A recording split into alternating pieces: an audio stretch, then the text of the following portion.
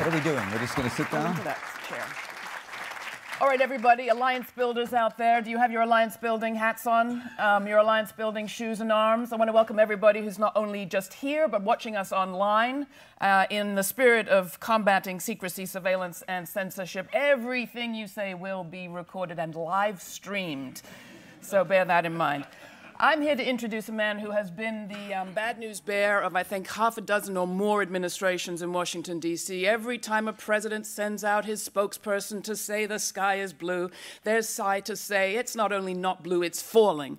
He is a secret sharer. He's also a secret keeper.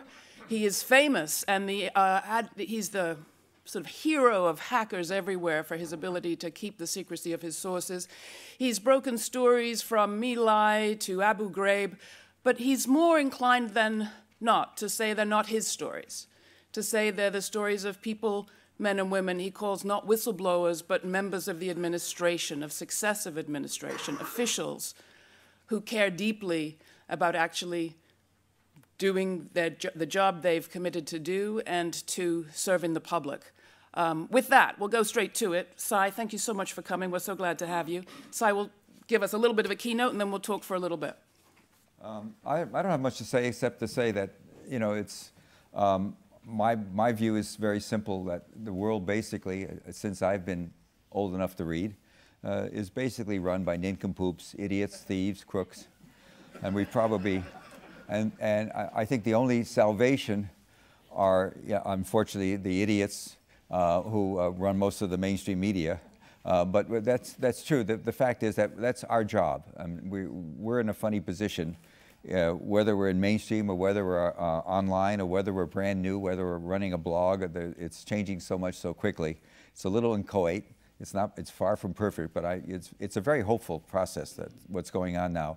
We're getting off the notion that you have to live and die on the basis of the national magazines and the national newspapers, and so as I say, it's unformed, but it will get better, and that's it. That's all we have. I mean, the only purpose I see of I think what all of us here, whether you're in journalism or in trying to protect information.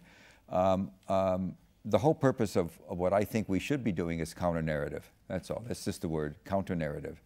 They have their narrative, and we have to show there's another narrative. I could go on forever and tell you about things going on today in the Middle East, in the wars and stuff like that, in which you're not getting everything there is to know. We have an American president that unfortunately has chosen to join the ranks of those who don't tell the truth. In fact, this is an administration in Washington that's probably as bad as any other in terms of the high-level people not being straight with each other. It's sort of an amazing situation. You'd think we'd get better at it, but we're not. And so I would just say that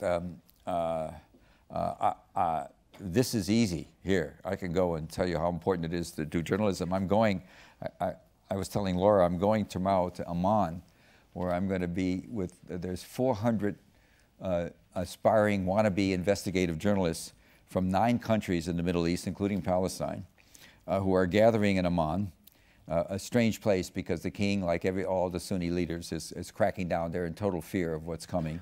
There's a sea change coming, which you probably aren't being told enough. It's going to be a Shia world. It's coming, and probably it's okay because it just might be better. Who knows? In any case. I'm going to tell them the same thing I'm telling you, which is you go out and you get the counter-narrative. The only difference is they're going to go out and get their heads bashed. In America, I do this stuff and I get patted on the head and get prizes. And so it's a different situation there, but it's the same process. Even if you can't publish, I'm sure I'm going to say this Sunday when I speak, even if you can't get it in print, the act of asking, the act of doing, the act of putting it down it's all about, it sounds so corny to say this, it's all about an informed society. And you're not going to be informed by the leadership, and we all know how pathetic they are, and they have been for so many years. So that's our function, and that's so anything you can do to make it easier. I frankly, I'm not as worried, well, I'll let Laura ask me questions. All right. I'm not as worried. I want to go to the end of that sentence, but we'll get there before the end. What makes a great Sy Hersh story? What do you look for?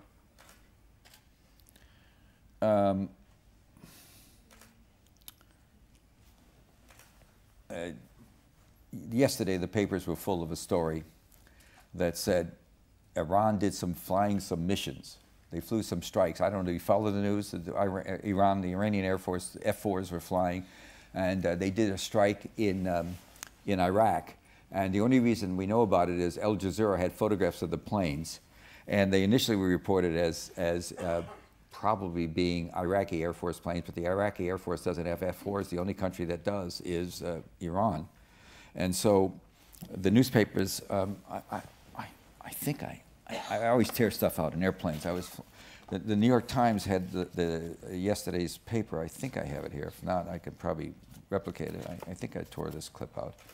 I stand around like a little old lady in the airplane, tearing up planes, tearing up newspapers. The guy next to me, you know, it's a good thing.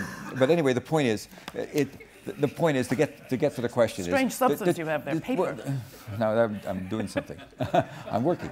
So that's something and so what's going on? And the New York Times had a story saying, well, what's going on? We're all pretending are they working together? And so we had it the other day in Raqqa, which some of you may know is the headquarters for ISIS, which is the current the new great threat, and it is. Sunni fanatics have one thing that's a lot different than secular fanatics. Sunni fanatics really believe others who don't accept their version, their religious version, should be done away with. They're exposable. They're disposable. It's not just a question of coercing others, as secular fanatics would do. They would coerce others to be acquiescent. In the Sunni nutty land, you kill them. You kill those who you don't. They're not worth living. You stop buses and you shoot those who can cite the right phrases from the Quran. You've read about that. So it is a threat. So what's going on? We had a bombing in Raqqa the other day, and first American planes bombed Raqqa. Raqqa is the capital of ISIS, so we think, and followed then by a bombing by the Syrian Air Force. And the State Department announced, "My God, what's going on?" The Syrians went and they killed a lot of people. Here's the reality. We, the Americans, have been working, obviously, with the Iranians and the Syrians. Air forces don't fly in competition with each other. That's just not what they do. We're working together. Clearly, we have been helping Syria with tactical intelligence for a long time, probably through the Germans, in fact, through the Germans. Clearly that there's a decision's been made by the intelligence community in America probably 2.5 years ago that the only people that can win, whether you like him or don't like him, is Bashar Assad, because he is from the Ba'ath Party. He is secular, as was Saddam Hussein. And so I just think this is a rich story. I'm not going to do it because I'm doing other things, but it's a rich story. There's clearly a lot there we're not being told. So how would you go about it? I mean, everybody wants to know, how do you find your sources? I sneak. I don't file a freedom of information. I sneak. I talk to people who know things. Period. How else do I do it? And your favorite question? I can invent it. Your favorite question, of course, is always, who are your sources? Yeah, sure. If you think that's my favorite question, you're in some fantasy land. I've been asked that by judges. So with this, you know, it's no. For the hackers here. One story I will tell you, 10, 11, 12 years ago, early in the Bush-Cheney days, and by the way, it's much easier to write a story about Bush and Cheney than it is about Obama, but that's the way it is. I was dealing with somebody who really knows what's going on, and we started becoming friends. It's just a question of trust. No, it's not. It's more than that. It's, if you live in the secret world, it's in America, just as it is here in the GCHQ, it's all compartment. And you know, we do still measure manhood by how many, in the old days it used to be how many badges you have. Now it's all hologram. You know, you have a card that you put in the computer and it's got different levels of security. But that's a measure of manhood. And so if somebody inside could tell me something and I don't run the printed, if I keep on working it and I find something else inside, that's a source of comfort for him, because when the government does a damage assessment, I'm getting sort of technical here, when they do a damage assessment of something secret, they first see what special programs, what special clearances you have. And if you have a story that has some special stuff in it that your guy didn't have, he's home free. So the guys on the inside know that they can deal with me because I'm not going to write till I get something else from a special access program. They call it a SAP. That's the highest category in America. I get something else from inside. I know that sounds like complicated inside baseball, but there is a certain, so there's certain safety in dealing with me. Sounds like kind of traditional journalism. Well, the same thing. It's sort of just working it so you don't nail one guy. But one of these guys, one day, this is early in the Cheney administration, we became friendly. We started talking. It happened because of something, and I got his phone. Anyway, I started seeing him. And after 2 or 3 times, I was taking notes like I do. I have these long pads. I don't use electronic devices. And after the second time, I said, look, this is getting complicated because I'm getting a lot of information for you, and I want to organize it better, so I'm going to get another computer and not go online. And my friend said, he had served in one of the signals communities. He served in the NSA, or a military version, one of the military branches, and he said, no, don't do that. I said, no, don't worry about it. I said, I'm not going to ever connect it to the internet. He said, you're not listening to me. I said, no, I'm not. Why can't I do it? He said, don't put anything in a computer.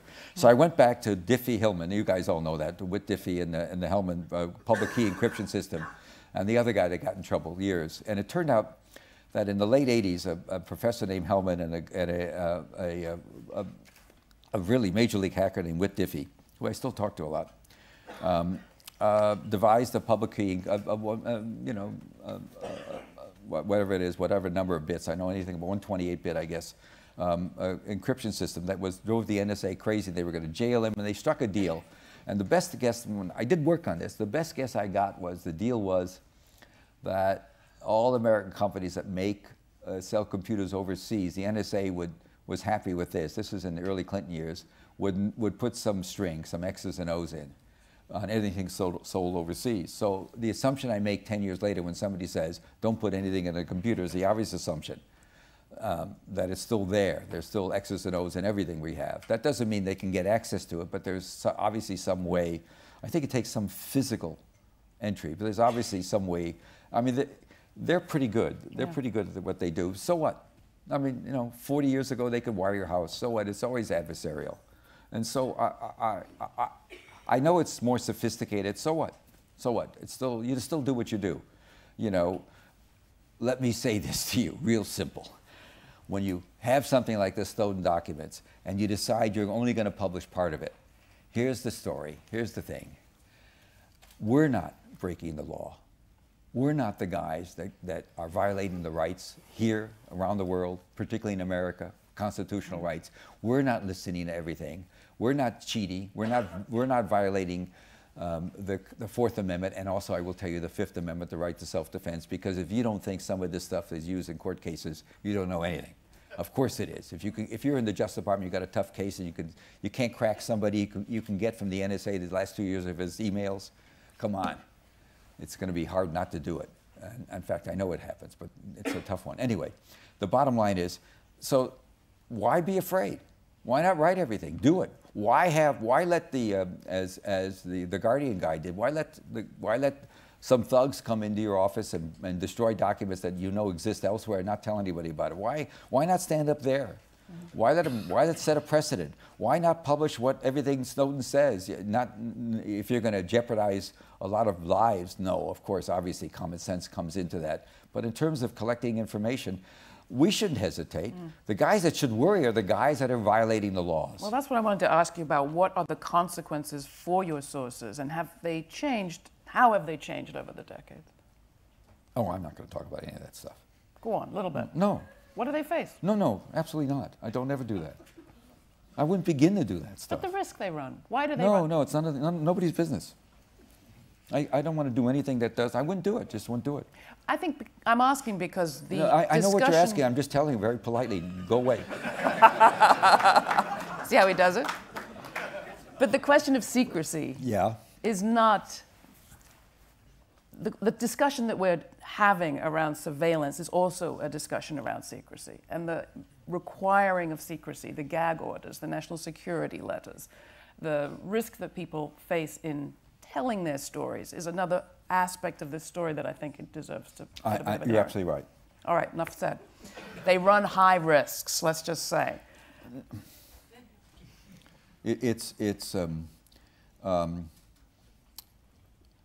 Some may not.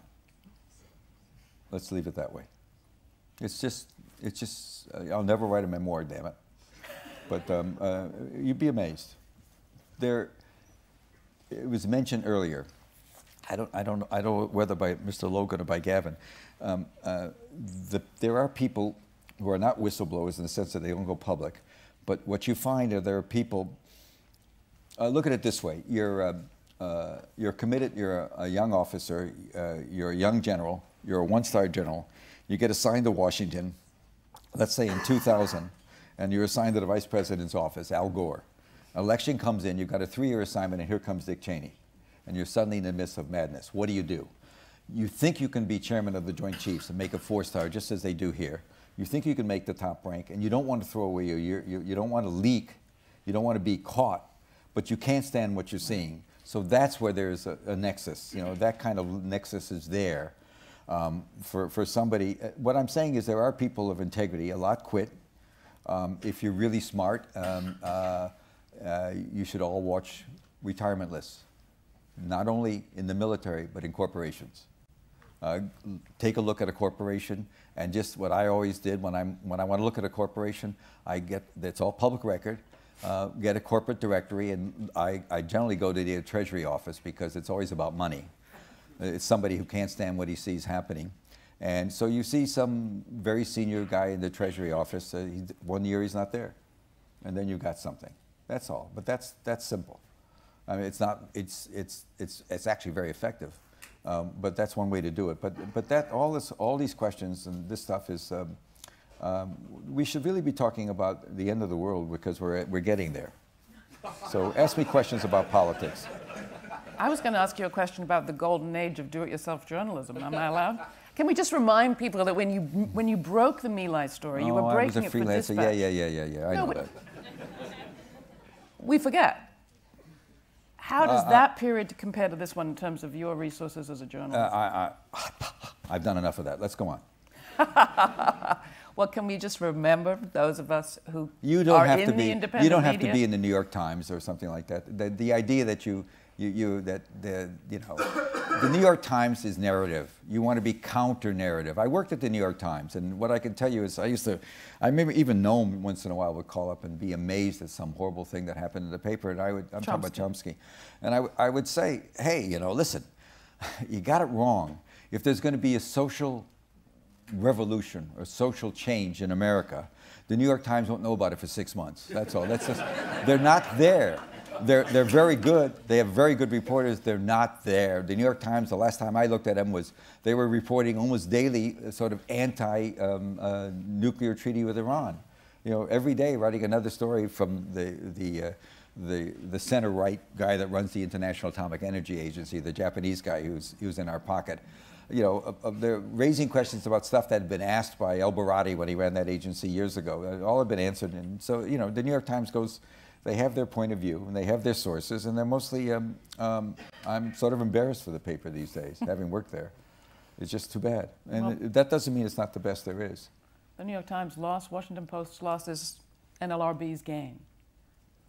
The London Review's gain, where you're publishing more. Yeah, okay. Talk a bit about politics, indeed. I mean, Nixon was booted out of office for wiretapping, one hotel suite?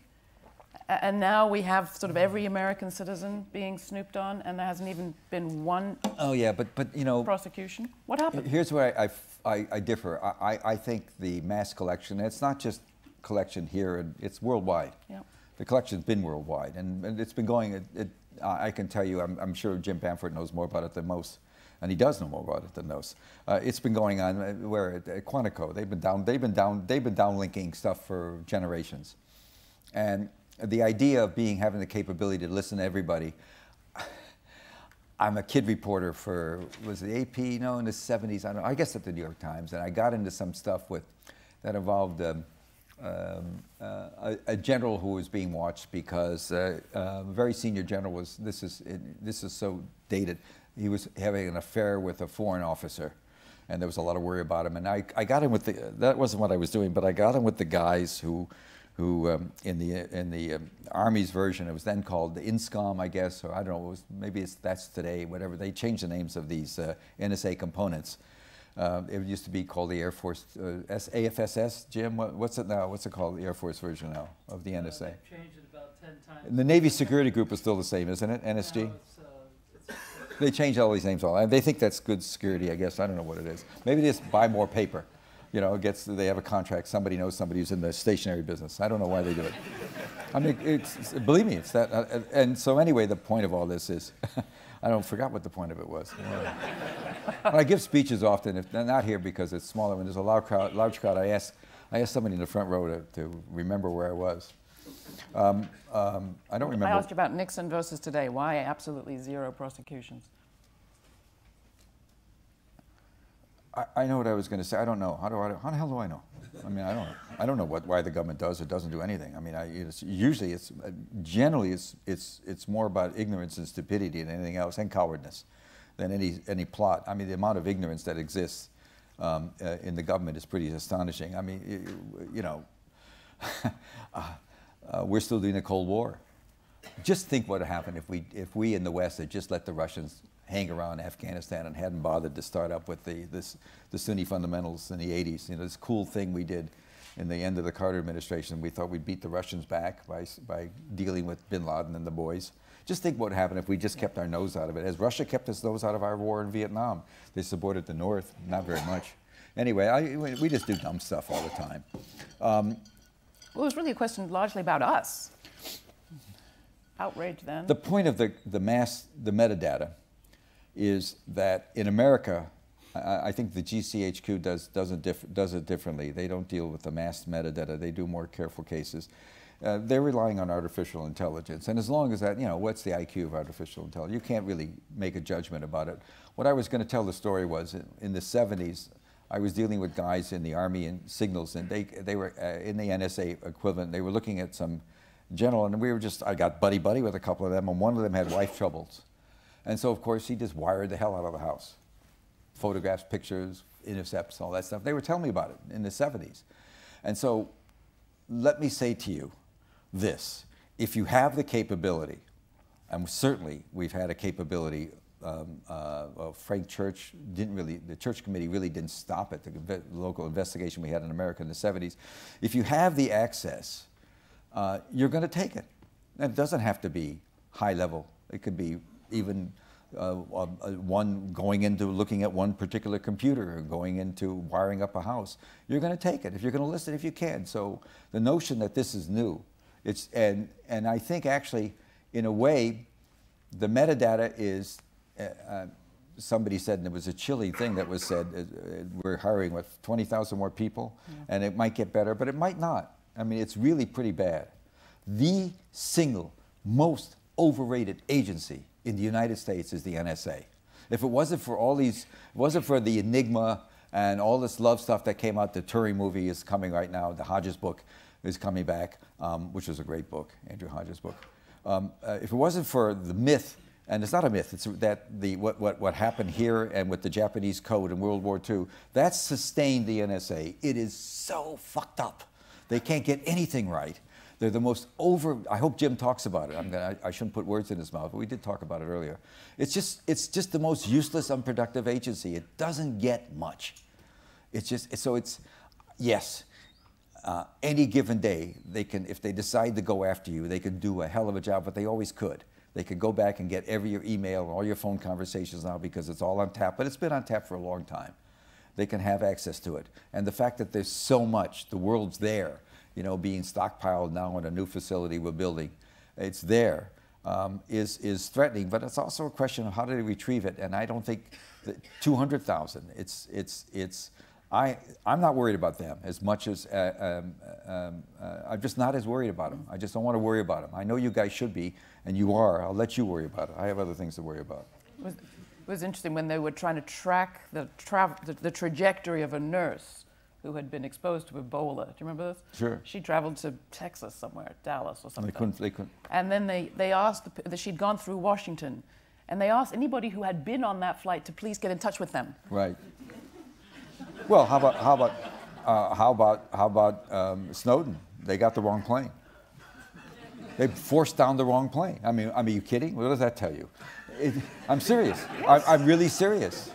You know, this day and age, and Snowden, you know, I've said this to his attorney, do not come back to America. Yeah, you're going to have to stay somewhere. I'm sorry. Do not come back to America. There is a great deal of, and I will also tell you something from the inside, and I'm sure Jim, if he doesn't know it, I'd be amazed. Their internal assessments, and this I do know, are very little damage, none damage. All the stuff came out. That doesn't mean embarrassment, yes, but the fact that, you know, has it changed our ability to do stuff against ISIS or this fake organization called Al-Qaeda that really pretty much disappeared a long time ago? We have groups that espouse that policy. Al-Qaeda is just a word because it's just a word. It's just a scare word. We live with a lot of scares. I mean, there's a lot of bad groups out there, and they're remnants of Al-Qaeda, but that's not the real game. It's Sunni fundamentalism. And let's do a few more because we're running so late. Well, let's talk about scares. You've told us things not to be scared of. I'm struck by the things that we're actually celebrating. Covert operations. In the era of Laos, Cambodia, people didn't make movies about their assassination raids. Oh, I'm going to write a lot. I'm doing something now about Zero Dark 30. That's agitprop. Yes. So what is a covert operation today? Seems like substance of movie making. Okay. I can't do that. But I can't. Give us I just a won't glimpse go there. of your book that you're talking about for Zero. So Zero No, Dark 30 I'm just, the movie that's about just the an article. SEAL. No, I've been doing a book on Cheney for a long time, and Didn't you call it his assassination squad? I did do that. I said that once. I was giving, stupidly, just to show you how things work, how dumb I can be. I was giving a speech with Walter Mondale, a former senator who had changed, his life changed. He was a very conservative senator, really a Democrat from Minnesota. But he got on the church committee, the investigation in the 70s that was done, one of the first official investigations done by Congress. And they were bright people. Congress now is full of yahoos. And, but then they were really bright people. And he got frightened by what he learned. So I was invited, he invited me to come do a lecture with him, some fancy lecture at the University of Minnesota, for which they had prepaid. It was a series, and there were 2,000 tickets sold. And the day I got there in the morning and began to snow, by 6 or 8 o'clock at night when it was supposed to, we were supposed to have the talk, there was 3 feet of snow. So, you know, we did the talk, but only a couple hundred people showed up. And so we just sat and chatted. And I forgot about these things with cameras, you know, these handheld little iPhones. And so I went on about assassination teams in the CIA. And yes, there are such things. Yes, we kill people. Yes, if you think it stopped, I got a bridge I want to sell you. Nothing stopped. Nothing stopped. And if you think the Brits are not deeply involved in some dirty shit, let me tell you, they are. There's things that are just awful that still go on. People still get tortured, still get, you know, in the old days it was fingernails, but it's a lot worse than that now. So go back to the end of the world. As I believe it is? Yeah. What can we do? I mean it seriously, what actually can we do? Well, the West can get the hell out of it. That's the first thing. We should get out. We should get out. The best thing that could happen is we get out. We stop playing. We stop playing. We should treat what's happening between Russia, between Putin and the Ukraine as a family fight and let it go at that. You know, West Ukraine had, what, 2 divisions fought with the Nazis at Stalingrad. And, you know, don't forget, the West's history of any time there was any group that was going to fight communism, no matter how awful they were, no matter what kind of fascists they were around the world, we would support them. So one can only begin to imagine how much support West Ukraine got before everything started. It's just something, you know how you don't look at things? I'll tell you, I'll give you counter-narrative. We hated the Iranians. They kicked out the Shah, our great guy, and they overthrew the government, and we were embarrassed, and they had our diplomats hostage. So in 1980, we pushed hard with Saddam Hussein, this no-good son of a bitch, secular. Ba'ath Party's very secular. And we pushed him to get to provoke a war with Iran, and it goes on for 6 years. By 1986, it's huge. By the middle 90s, 1980s, it's a horrific war. Hundreds of thousands killed. They would hang them up on the poles. You've read some of these stories. I have. If you go to the Iranians, will tell you this stuff. There was just mass, like primitive warfare, and we gave them all the stuff. We gave Saddam chemical weapons that they're digging up now. Some of them. We gave him biological assets. We gave him some stuff that they could see if they could work out some sort of chemical biological weapons. We gave him money, guns, and we were his great allies. We pushed him, pushed him, pushed him. He was not winning the war, but we were his guys. And so one day in late 1986, he picks up the newspaper, and what does he read? There's something called the Iran-Contra Scandal. The guys that are helping him are selling tow missiles, which are much more effective than anything the Iranians had to use against him, selling tow missiles via the Israelis, my God, so they can generate profits. The Iranians would pay much more than the missiles they were worth, and the profits would be used by the Reagan White House to finance the war against the Sandinistas.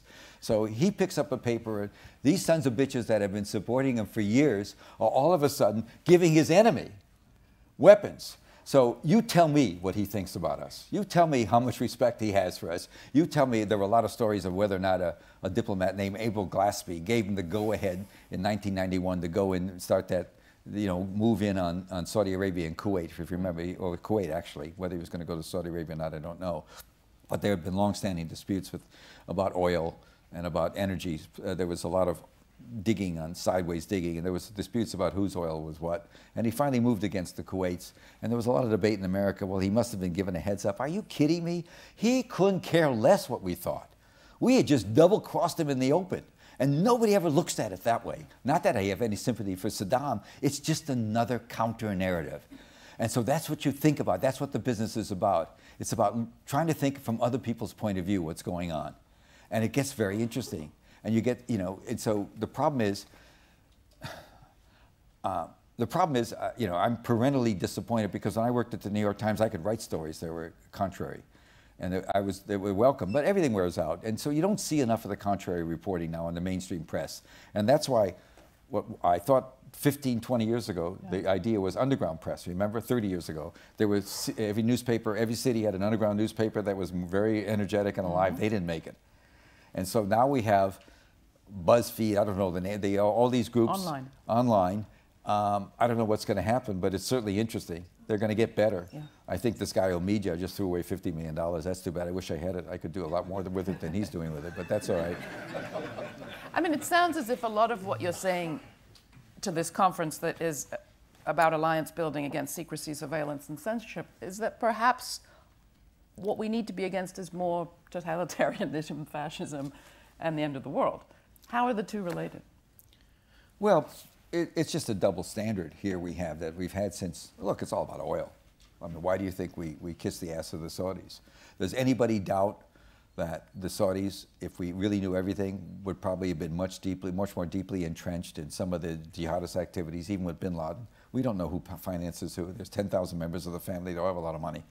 And so and repression in Saudi Arabia, you don't hear much about it. Repression in Bahrain, you don't hear much about it. You know what's going on in the Gulf states now? They're in a panic because clearly the best army now in the Middle East is the Syrian army, whether you like them or don't like them. It's been battle tested. Hezbollah came and taught them, stop using the American tactics of firing missiles first and going in. Go on the boots on the ground, hit the Hezbollah. And I happen to think Nasrallah is probably the most interesting guy. I've seen him 5 or 6 times, which is a lot. I don't write everything about it because I want to keep on seeing him.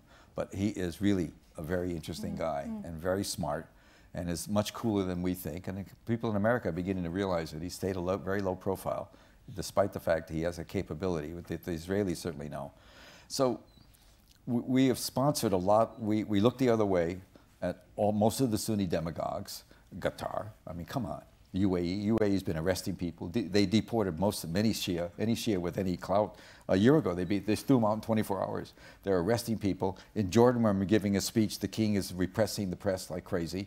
He's arresting people. We're having a great repression all over.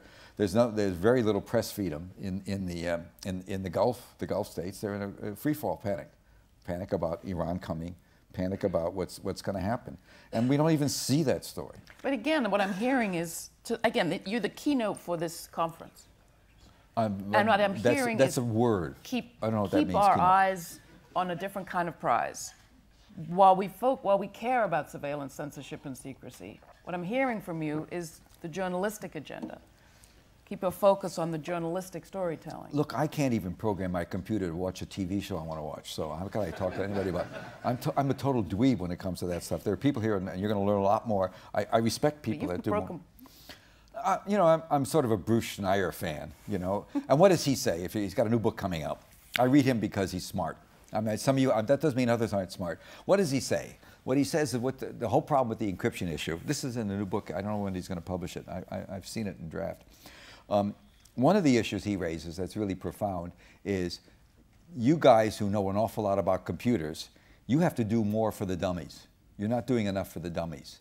There are a lot of people like me who would probably be much more open to some kind of encryption if I didn't think it was so complicated. I know you all think it's easy, but it's not for a lot of people. So for people that are, you know, over 20, over 30, over 40, when I have trouble with my computer, I wait for some 10-year-old kid to walk by. And I bring him in, and he can do it. He can program. They all can do it. You know, they're amazing. So I think there has to be some way to really get it going. You're never going to get encryption in the major corporations because no president wants to give up that power. He doesn't want some security guy telling him that the secretary is banging, you know, or the boyfriend he's banging. You know, I don't want to get into it.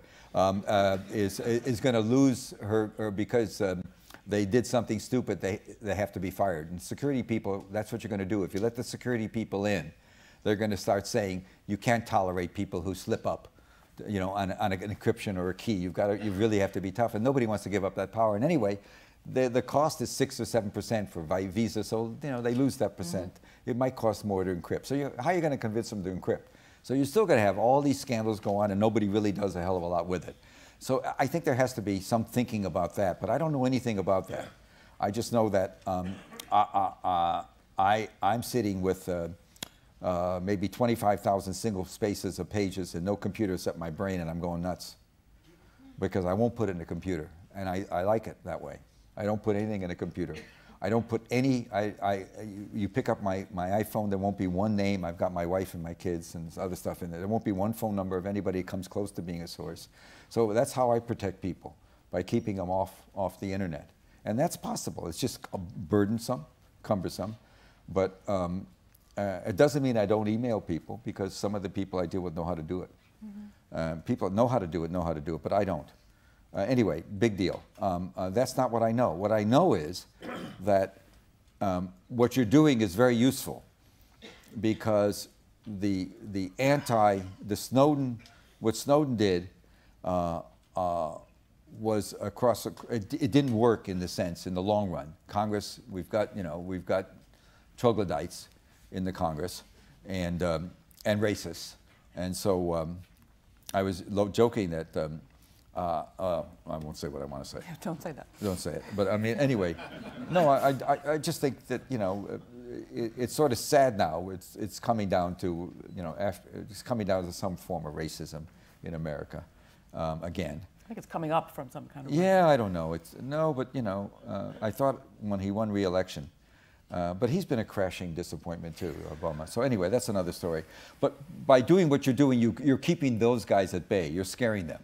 They are scared. They're scared to death. Snowden shook up the community big time, because, you know, how many Snowdens are there? They don't know, and they worry about it because they're very sloppy in how they pass out stuff, very, very sloppy, and as you said, they can't find out. They don't even know what they've done wrong. They can't find the level of incompetence that goes on. Here's my take on the NSA, and we ought to get out of here because we're only running about an hour late already. My take on the NSA is the guys that actually know stuff are as like after the Civil War. If you remember, we had serfs. The blacks became field hands. They were the field hands, and they were the people. And there was there were a middle management group that would come and give them the seeds in the beginning of the year. At the end of the year, would take pay a few cents for the crops, and then that's how they survived. This horrible stuff that went on after the Civil War. It wasn't much better in the South.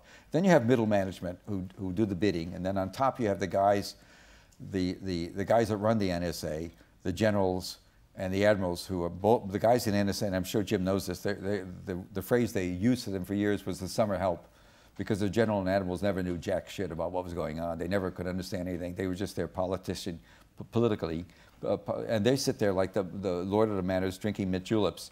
And the guys who actually run stuff never connect with the guys on top because they can't talk to each other. So it's a completely dysfunctional place. Completely. It really is. And still is. It's a place of enormous dysfunction. And we can't get to it because of secrecy. I think that may be cracking. You guys may open up the door on that a little bit. And that would be good. It's an agency that has to be really cleaned out. It's a menace to itself because it's incompetent, but the information they had, if somebody really competent got in there, as somebody said, but just remember the Boston case. The Russians warned us, the evil, awful Russians, don't forget the evil, awful Russians, that you can't trust for anything. They warned us about two guys in Boston that were saying crazy things, that were really nuts. And they told the government, they warned us about it, and specific warnings, and we knew nothing till afterwards. Then afterwards, we were able to find out that his wife on the phone a month earlier had said some terrible things, and they were stupid enough to say, oh, we know the wife was talking earlier. I mean, this was way before Snowden. How did they know? I remember that. I said to myself, my God, I can't believe how dumb they are. I mean, and nobody asked that question. How did they know what she was saying 2 months earlier? Because, not because they targeted them, because they clearly didn't, but they had everything. So you could argue that the stuff they have could be useful for police work, except who can trust the police? So don't worry. Don't worry. It's okay. That's my message. Keep on doing what you're doing. I'll do what I'm not going to jail. My guys aren't going to jail. That's the way it is. There's a lot of other reporters doing work just like me. I'm not alone. There are a lot of really good stuff going on. Journalism still a good field to go into? Oh my God, would I rather be a journalist or are you kidding? Are you kidding? Okay, I've had great luck. I found some great stories and I did them. But in principle, the principle that we are here to keep them in check, to keep the powers that be in check. That's the only thing between them and chaos and fascism, if you will. We can keep them in check because they lie. They lie. They are friggin' liars because it's so easy to lie, to tell the truth. We had a president of the United States that had the most single important thing going was Obamacare, was health care. And the day the computers were to run was the day he learned that nothing was going to work and that everybody in his staff had known for weeks and months that it was, and nobody told him. What does that tell you about the system? It's completely dysfunctional. It's dysfunctional. And these are the people that are going to be dealing with world events. We have a role to play. We can at least keep them afraid of us. I know it sounds Pollyannish, and I don't think my stories about My Lai changed the war. What I think what happened is they were forced to prosecute Lieutenant Calley, and he was found guilty by a group of, in the Army you're tried by your peers. A group of Army peers said he murdered a lot of people, and after that Richard Nixon could not rally what they called Middle America. The war was over. But it wasn't... You played a part. I played a part, but I didn't do it. So, but that's the point. The point is you can get it going, and those things are important. And these conferences are great because they do, you're not alone. And you're not alone with your anxieties and your fears. They're really real. And so by you guys in the computer world, by keeping this counter pressure going on, you really do a lot more than you think you do. That's why I say Snowden should stay put. They don't need him. We don't need him in jail. Just think of a change, by the way. Last thing, Dan Ellsberg, who truly did something remarkable and truly did something. He released a series of internal papers that showed that the government had been lying systematically to us about the Vietnam War since the early days of the Kennedy administration. Pentagon Papers. Pentagon Papers in 1971. He did that.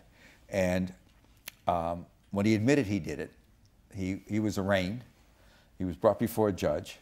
The judge held him. There was going to be a grand jury investigation. He was going to be charged. He was released on bail, and for the next 18 months, he continued making anti-war speeches. When he finally had a trial, it was determined that wiretapping had been involved and corrupt communication between the judge and the White House. The judge named Byrne had been talking to people in the White House, and the case was thrown out. But for 18 months, this man had released these most secret documents, was allowed to walk around free. And think about what happens to people like the poor fellow that's in jail now that worked with Assange. Think about what happened now. There's been a huge sea change in America, and it's gone way crazy on this stuff. So, you know, that's why, you know, all the questions you want to ask are just, you know, you can't get into it. You went exactly where we wanted you to go, so I thank you. Goodbye, I think guys. I hear the final words from you were, don't be afraid, but keep them afraid. Well, you are. They're scared. They really are scared. So don't freak them out. Sy Hersh, thanks so much. Goodbye.